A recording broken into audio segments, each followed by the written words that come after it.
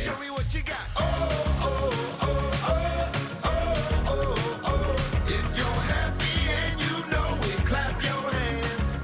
Find your happiness in San Diego. The best selection of furniture and mattresses anywhere. Right now, shop Jerome's and we'll pay the sales tax or get 36 months no interest with no minimum purchase. Plus, we'll top it off with a deluxe panini press free. Choose from our hundreds of living rooms, dining rooms, bedrooms, and outdoor furniture for your home. Like this Ranger Power Reclining Sofa, only $14.99. Get the Power Reclining Love Seat free. Three-piece Cordova Queen Bedroom, $11.99 plus the nightstand free. Going on now at Jerome's. Bon appetito. Hey, I'm George Oliphant, host of George to the Rescue. Spring is here, which means it's time to change your filter. You want to change your 1-inch filters every 3 months, 6 to 12 months for your larger filters. Caring for your home starts with caring for the air inside. For more info, visit Filtry.com. NBC4 News at 5 starts with breaking news.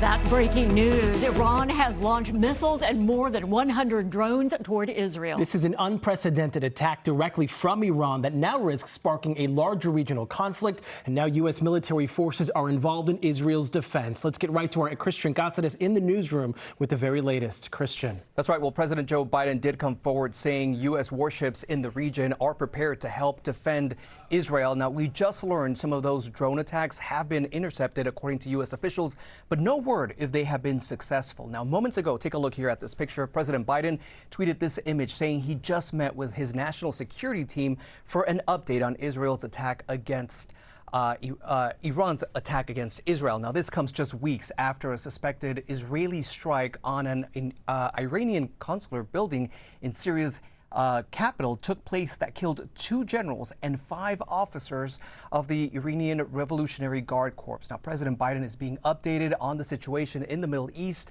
and the president is on his way back to the White House. And as we saw from the picture, he has been already he is back in Washington, D.C. Now, a senior Biden administration official says they expect Israel's government facilities to be targets, but not civilians or religious sites.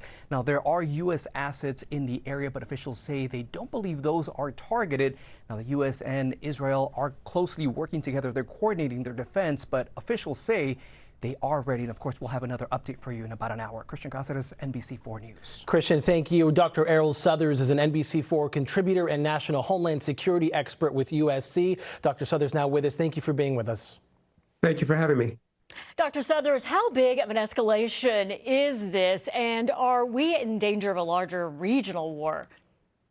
Well, this is significant. What you're seeing is the fact that Iran was humiliated by the attack on its embassy in Damascus. And so while this was a calculated response, it's not a targeted strike. This has been dubbed Operation Truthful Promise by the Iranians, and it's going to have 3 phases. Allegedly, the first phase we're seeing now with over 100 drones that are in the air, and some are already being intercepted, as was mentioned. The second phase are going to be more drones, perhaps from Iraq and Syria. Then that third phase is when we'll see dozens of ballistic missiles, which have a 12-minute response time or 12-minute ETA to Israel. So this is going to ramp up. But to your question, Hamas clearly benefits from the regional chaos that's a result of today's activities. Dr. Southers, President Biden has vowed ironclad support for Israel. How do you think that the U.S. and Israel both respond together here? And does it depend on how much damage is done in response to today's attacks? Well, we're seeing that already. The sea-based assets that were off of Yemen, actually responding to the Houthi attacks, have been repositioned now to work on the attacks that are happening today. And so what you're seeing on those images of intercepted missiles are our sea-based assets taking them out of the sky.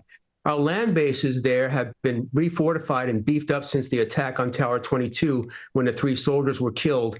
So that's going to happen as well. But keep in mind, the Israelis have over 50 F-35 fighters that can carry 9 tons of munitions. So they are well equipped to take care of this.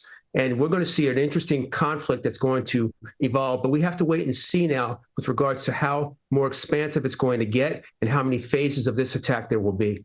What's interesting, Dr. Southers, is this is unprecedented, and Iran has not launched from its country before. They've always used proxies. So how strong is this message? This is very interesting. You know, we've known for several